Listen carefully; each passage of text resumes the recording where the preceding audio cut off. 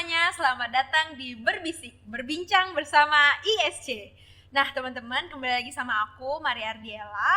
Di sini aku mau ngobrol sama kakak tingkat angkatan 2020. Nah, jadi mereka ini termasuk dalam program MBKM atau Merdeka Belajar Kampus Merdeka. Oke, langsung saja. Halo Kak Garet, apa kabar? Halo, baik dia. Oke. Nah, sebelum kita lebih lama lagi ngobrolnya, boleh deh Kak Garet memperkenalkan diri terlebih dahulu. Oke, nama saya Margareta Francisca. Biasanya teman-teman panggil Garet, dan kalau sekarang itu udah semester 6. Oke, berarti aku panggilnya Kak Garet bener ya? Nah, Kak Garet, kan program MBKM itu banyak ya. Kakak termasuk dalam program apa tuh Kak? Oke, jadi kalau saya sendiri itu ikut di program MBKM yaitu Kampus Mengajar, di mana kita menjadi mitra guru atau membantu sebuah sekolah yang memang akreditasinya itu masih kecil kayak B atau C gitu. Terutama kami membantu di bidang literasi, numerasi, dan adaptasi teknologi. Oke, nah sebelum lebih dalam lagi Kak ngobrolnya, aku pengen tahu gimana cara atau proses yang Kakak lalui sampai Kakak tuh bisa masuk ke dalam program MBKM ini, terutama program Kampus Mengajar Kak. Nah, jadi kami melalui beberapa proses. Yang pertama tentunya kami ada seleksi administrasi.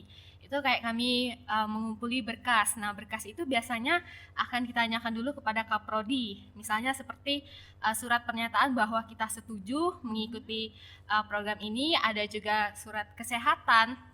Nah, seperti itu untuk administrasi. Kemudian kalau kita lolos di surat administrasi ini, maka akan lanjut ke tahap selanjutnya. Tahap selanjutnya itu ada namanya tes. Tesnya itu ada tes ke survei kebinekaan, PCAT, sama tes literasi dan numerasi. Kemudian yang terakhir itu baru namanya pengumuman. Nanti akan diumumkan di email. Nah, itu tahap-tahap supaya bisa lolos di Kampus Mengajar. Oke, nah berarti kan itu terdiri dari beberapa tes ya Kak? Ya. Bisa di-sharing aja mungkin bagian tes mana yang Kak Garet mengalami kesulitan atau gimana, boleh Kak diceritain? Oke, jadi untuk pertama itu ada survei kebinekaan. Nah, itu sebenarnya kayak survei aja sih, kita mengisi kayak gimana kalau kita dikasih di sebuah sekolah nanti misalnya ada kejadian kayak ini. Nah, itu gimana tanggapan kita gitu. Nah, nanti diisi. Kalau tes PCAT itu sama aja hampir kayak tes kebinekaan itu. Kalau untuk literasi numerasi itu sesuai judulnya ya mungkin. Kalau numerasi itu lebih ke hitung-hitungan yang tentunya juga nyangkut ke pelajaran SD gitu. Mungkin kan kita akan mengajar SD nih, tentunya kita harus dites dulu gitu. Nah, kalau literasi itu kemarin itu lebih banyak ke teks bacaan, terus kita misalnya teks bacaan ini benar atau salah gitu. Iya. Kemudian kita kayak ada bacaan lagi. Nah, kemudian kita harus mengisi beberapa kolom gitu. Jadi tes literasi ini enggak misalnya nomor 1 ABC, tapi enggak kayak gitu, lebih ke benar salah, terus kita conteng gitu kira-kira dari pernyataan itu yang mana yang benar gitu. Oke, thank you Kak. Terus aku mau tahu nih Kak, Kakak udah berapa lama ikut program MBKM ini?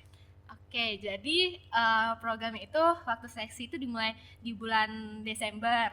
Nah, Januari itu kami udah mulai namanya pembekalan. Jadi proses pembekalan ini supaya kami sebelum diterjunkan untuk mengajar, kami tuh ada bekal gitu. Dimana kami kan juga ada beberapa dari programnya itu bukan dari PGSD atau dari keguruan. Nah, di situ kami dibekali. Kemudian di bulan Februari baru pelepasan, terus kami langsung penerjunan. Gitu. Oke, berarti udah sekitar 1 bulan? Ya. Nah, sekitar 1 bulan, kurang lebih 1 bulan ya Kakak ikut program ini. Boleh diceritain nih Kak, pengalaman apa yang udah Kakak dapat selama 1 bulan mengajar anak SD berarti ya? Nah, jadi kebetulan saya itu dapat di SDN 82 Palembang.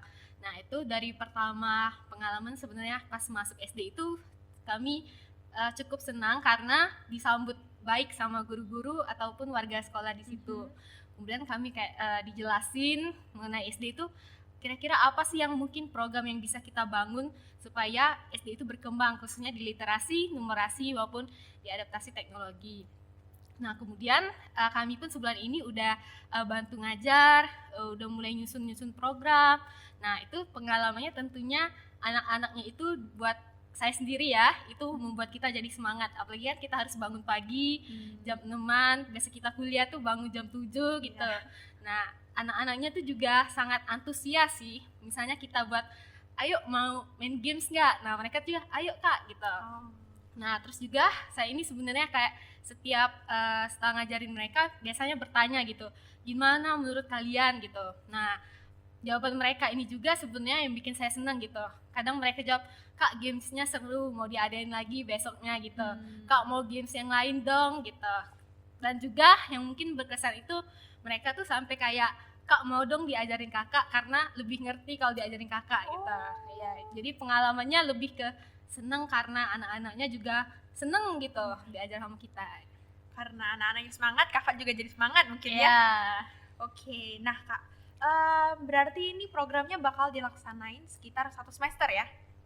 Nah, aku jadi penasaran nih, menurut kakak rugi nggak ikut program ini? Karena kan secara logika aja nih, teman-teman kakak, seangkatan kakak kan pasti mereka belajar kan di kampus, langsung diajarin sama dosen, sedangkan kakak malah yang harus ngajar gitu kan. Nah, kalau menurut kakak rugi nggak kakak ikut ini? Kalau menurut aku, kita kan kuliah juga nggak harus dapat hard skill kayak tadi pengetahuan, tapi juga harus ningkatin soft skill. Nah, menurut aku dengan ikut kampus mengajar ini, dimana kita tuh bener-bener dapat ningkatin soft skill kita kayak public speaking, terus juga gimana kita membangun kerja sama tim, karena itu kan kami satu sekolah itu ada yang berlima, berempat gitu.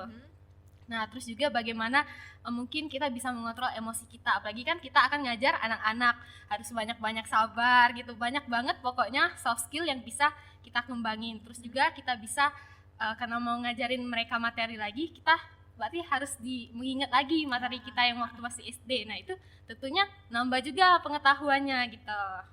Oke, jadi kalau menurut Kak Garet sendiri, kakak nggak merasa rugi Ya, ya, nggak karena rugi.